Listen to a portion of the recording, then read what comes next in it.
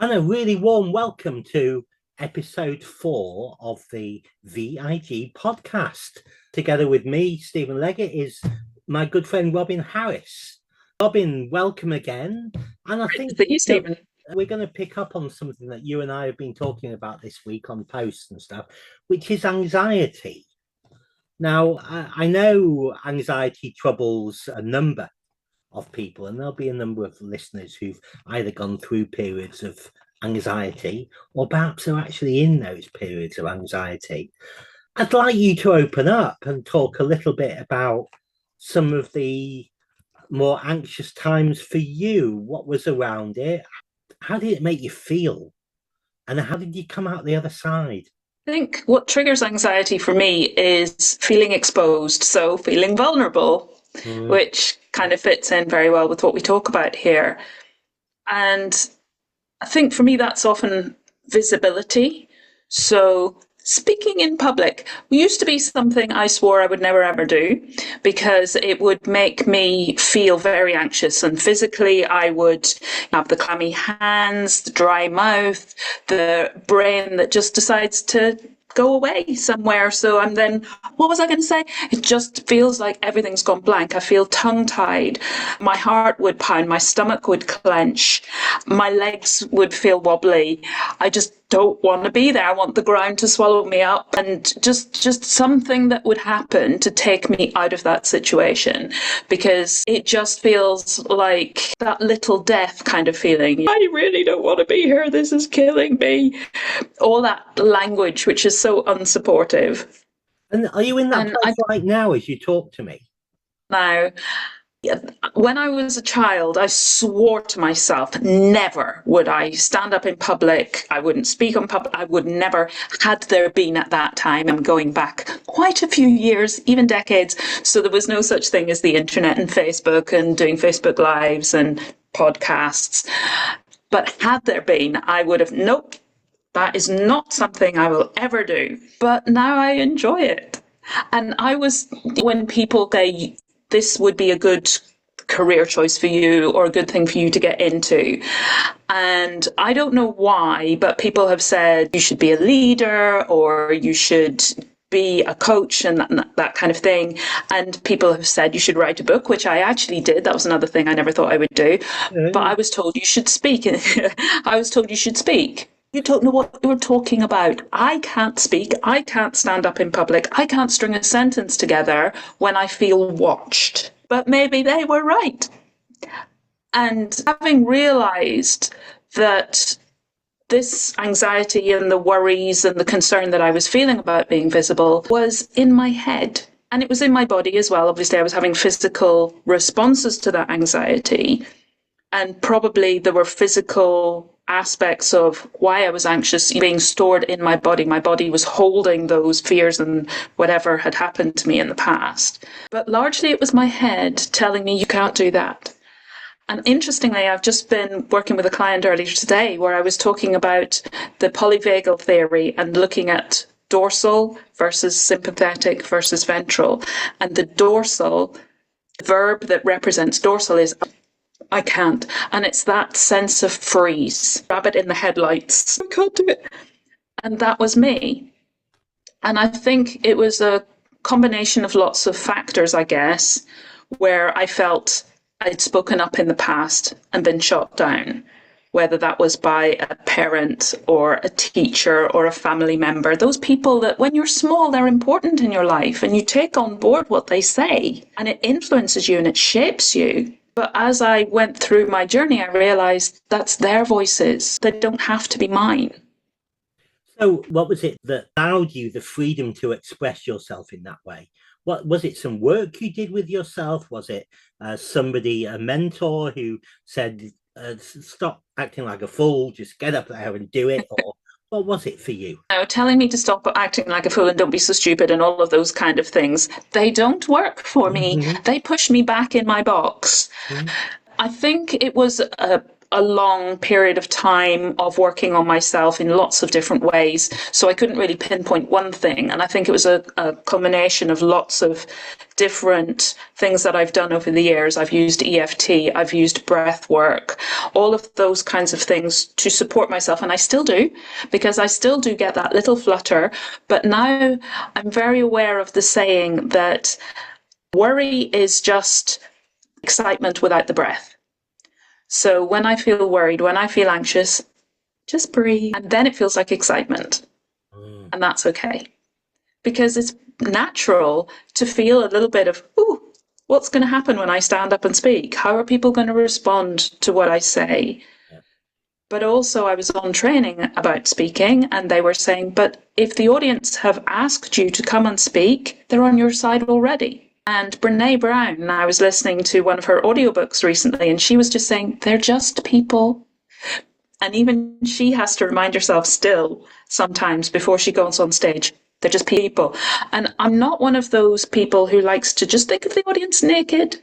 That doesn't help me. I would feel totally mortified. But that thought of, they're just other human beings. And actually what I want to do when I stand up to speak is speak with them. Not to them, not at them, but with them. So I love interaction. I love questions. I love discussion. I love debate. So reframing, not standing up there thinking it's all on me. I'm the responsible one for this whole situation, this whole scenario, this whole presentation going well. And I can't speak in public. I'll get tongue-tied. All of those things just make me feel worse. So it's finding the things that have helped me feel better, plus practice. And knowing that it's not the end of the world. If I make a mistake, that's fine. It makes me human. Yeah. And that makes me relatable. Yeah. So it's all good. So just before I move on and talk a little bit about my experience with anxiety, what would you, I'm going to give you a moment now to speak to your younger self who was very anxious about public speaking, etc. Given what you know now, what advice would you give them? I guess I'd say it's normal, but it is excitement without breath. Remember to breathe. Remember that it's all okay. It's not the end of the world if you make a mistake. In fact, it makes you relatable. It makes people want to support you and connect you quite often. They don't want to make fun of you. They don't want to humiliate you. Some might, but they're not your crowd anyway. If you can connect with your tribe, you find your tribe, and they're there to support you, and they're there to have that energetic exchange, which is a very beautiful thing, and it makes greater than the sum of the parts one of those situations, because you're creating something new, and it's magical and it's special. And if I'm allowing my fears and my anxieties and my worries to hold me back, I'm doing a disservice to myself and to that potential group of people. And as my husband loves to say, a stranger is just a friend you haven't met yet. If you're speaking to a group you haven't met, think of all those potential friends that you have, that potential tribe that you could connect with. Yeah. What about you? What would your tips be to your younger self? Well, the first time, because the medics do use the term anxiety to describe it medically. So what anxiety is, let me just spend a couple of minutes considering what anxiety is, first of all, or what my experience of anxiety is, because the first time was when I was in my early 20s and I was working, I don't know where I was working, but I was working quite long hours, but really wasn't very stimulated cerebrally. I just didn't really have to think about what I was doing. And now I remember at the time it used to involve, for example, me being on call and then having to go out to a site and doing a 13-amp reset, which is effectively unplugging some equipment and plugging it back in again. Great computer. I know that one. That's right. That seems to work magically in many different situations. Anyway, so I was working long hours, wasn't very challenged by what I was doing. And then one day I was driving to work and I just couldn't drive to work anymore. I could feel something, I guess, that might be described like my heart was fluttering and it was like in my tummy. I was feeling like that. It was a very heavy kind of feeling. And I basically had to turn the car around, head off home. And I was diagnosed as having anxiety at the time. And from a medical point of view, now looking back, it seems like it's this massive catch all of activity that we call anxiety. And you can guess what I was offered in my 20s in order to get over this anxiety. I was given a pill to help me sleep better, to make me, I think it was meant to calm me or something like that. It was awful. I felt really shocking. It was I was completely zoned out of the world and that I had no contact socially with what was going on in my space. It was an awful experience. And that was probably my first experience of the, what's the word, the consequences of taking medication sometimes, side effects. Anyway, I got over that incident. So that's the first one. So that was it was an environmental situation. I was just there was no balance in my life. I was spending all my time at work, not particularly enjoying it. And I suffered the mental health consequences, which was this prescription of anxiety. So that was the first time. And then a second time, and I say time, but it was a big expanse of time, between 2015 and 22, when I was injecting insulin, I had a lot of anxiety around my medication, around I'm going out for a meal with clients. How much do I take for this meal? It's very tough as a type 2 diabetic to match the carbohydrates you eat with the insulin that you need. So I had a lot of anxiety around that. In fact, for those 7 years, I had anxiety around insulin. And I ended up in hospital 3 times, Robin, because I'd picked up the wrong insulin pen and I'd effectively injected myself with 6 times as much insulin as I should have had. So that kind of added to my anxiety, really, because I didn't want to be in that place again. Obviously, it was a second and a third time. So I did end up in that place again. But all that fed my anxiety around medication and the consequences of taking medication, together with the consequences on my work, because I was a consultant and clients were employing me as an expert in change management. So they were looking for me to act and apologize afterwards if I did the wrong thing or whatever. But what I was doing was, because of this anxiety, and it is a catch-all, I'm going to use that term though, because of this anxiety, I was eternally asking for their approbation about every step I wanted to take. What do you think? I'm thinking of doing this right now. I think that'll play well with the audience. Not only that, Robin, but I was thinking to myself, oh, do I really want to do that? Are people going to fall out with me? Am I going to lose friends? It's my job. We don't do it to make or lose friends. We still have that social programming or even DNA programming that we need to connect. That's true. Because we are a social species. Yeah. As human beings, we lived as hunter. Well, we are animals. We're mammals. Yeah. But we were designed for that hunter-gatherer tribal lifestyle. And although we're a few years further down the line, evolutionary terms, DNA genetical terms, we're still the same. Yeah. We still have that deep need to feel a sense of belonging, to feel like we fit in, to have friends. We do, but at that time, Robin, it had become massive. It had become, my raison d'etre was to make sure I could keep friends and keep everyone happy and whatever. And that's just, certainly in corporate life, it's just impossible. It's just not. We can never please everyone, can we? No, that's right. So anyway, I was at a bit of a loss really for those 7 years. And I suffered from the fact that clients kept me for less time and took me longer to get new clients and stuff like that, which again kicked off another lot of anxiety around money and how do we feed the kids and all that kind of stuff. So anxiety has been a huge thing for me. And when I look back now, knowing what I know, I think your advice to your past self of just breathe it would be good advice for me as well. But for me, the anxiety in the first instance was about balance. And there's this massive myth out there that there should be a life balance. Well, of course, life becomes work, and you've got an overlap rather than a balance. But you do need to take time yourself. And that's what I'd be telling myself. Do not ignore your own self-care needs, your own time, your own space.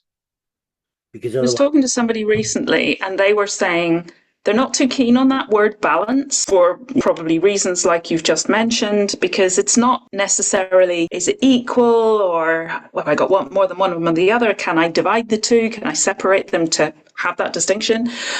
But she was talking about harmony. Can I achieve that sense of harmony? So absolutely, I think if we are out of harmony in our life, and if we are trying too hard, pushing too hard, having too high expectations of ourselves, and feeling that we need to do something, we should, and all of those pressures that we put on ourselves, then it is going to lead to that sense of everything is out of proportion and I can't really get a handle on things, and I'm sort of feeling that sense of disconnection.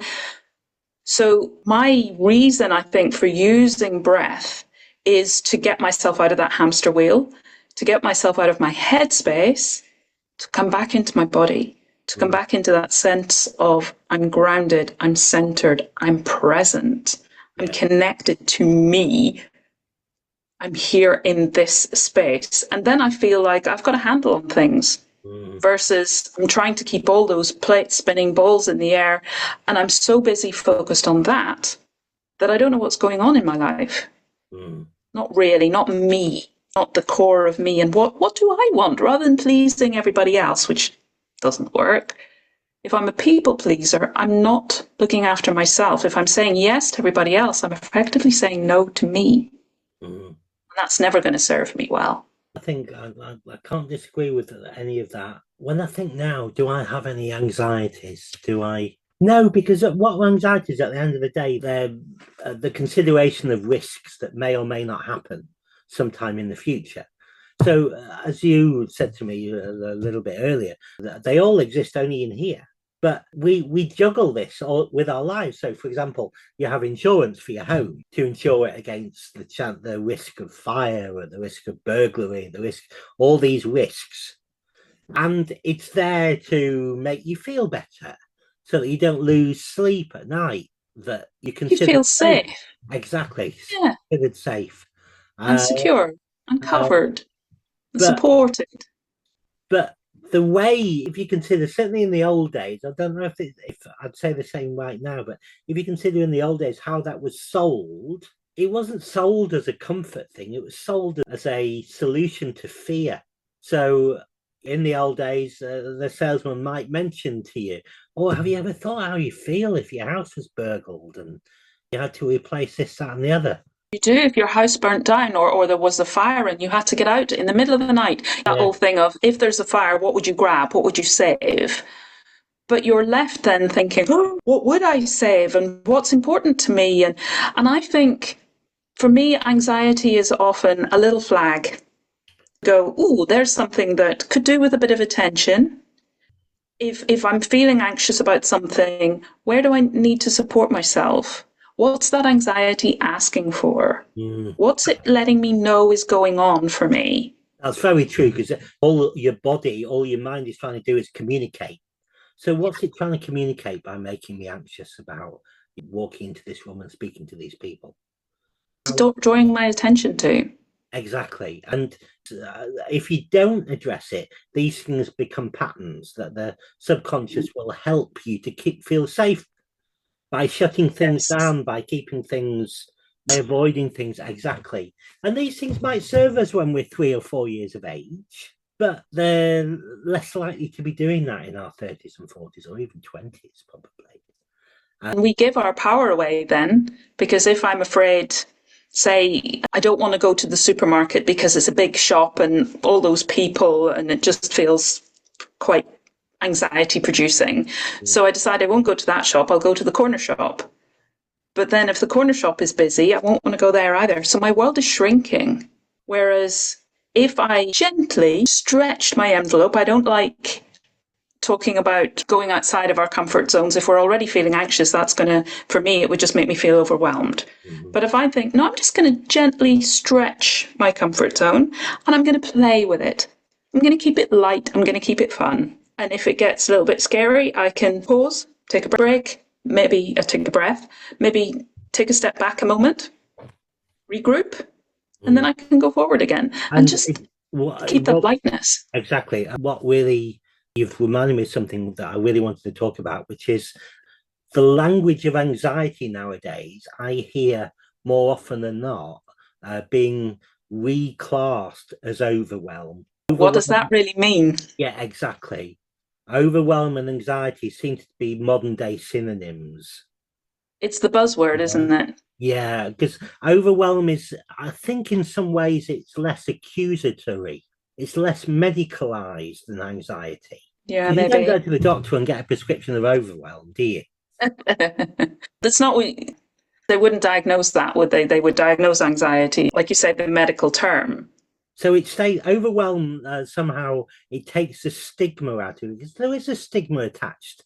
There was certainly, I remember when I was diagnosed in my 20s with anxiety, it goes on your medical report. And then when you applied for jobs, have you been to see the doctor with anxiety or something? And it becomes a trigger. And it can affect insurances like life insurance, that sort of thing. Absolutely. I think language is so important, and how that colours how we see it as well, and how we see ourselves. And I think as well with overwhelm, maybe there's kudos in a sense with that because it relates to being busy. And that's another buzzword. Yes. How are you? I'm busy. And I'm feeling overwhelmed because I'm so busy, because there's so many demands on me. And having listened to Gabor Mate and what he talks about in his own journey and how we subtly can shape things so that we are busy, so that we don't have time to just sit and reflect, and so that we feel needed. And it gives us that sense of, I matter, I'm important, because maybe we don't have that otherwise. So again, it's that little flag. There's something here maybe that could do with attention if I'm not feeling like I'm worthy just in myself. So I stay busy so that I feel overwhelmed, and then I don't have to feel that discomfort, but also I feel important because I'm busy. I think to some extent we use this busyness as a procrastination. Too busy. Yes. Whereas there's no sense of prioritization within that. And there's no sense of course, if something's there to grow you, then it matches well. It increases the overall energy that you have to expend on other things. So it's expansive. Whereas this sense of busyness is contracting our available time and effort because they're mundanities which we're considering, which we're normalizing. And if we're not happy with how our life is at the moment, whether that's our business, our job, our relationship, our well-being, our finances, it's not going to change unless we change what we do. And if we're too busy to explore what we're doing that maybe isn't supporting us and how we could turn that around to be more supportive, but no, I'm too busy. Maybe that's actually procrastination. I don't want to look. It feels too big. It feels too overwhelming. It feels too threatening or challenging or uncomfortable or painful.